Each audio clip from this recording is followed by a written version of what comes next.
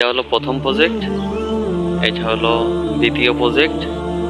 এটা আজকে কালার সাদা ও লাল এক্সজস্ট সম্পূর্ণ হয়েছে।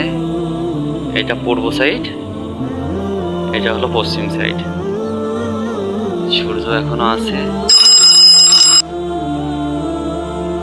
আর বোরিংটা হলো এই দুই প্যানেলের ওই যে মাঝখানে সাদা কালারের একটা বস্তা দেখা যাচ্ছে, ওইটা হলো দুই প্যানেলের মাঝখানে, ওইটা হলো বোরিং।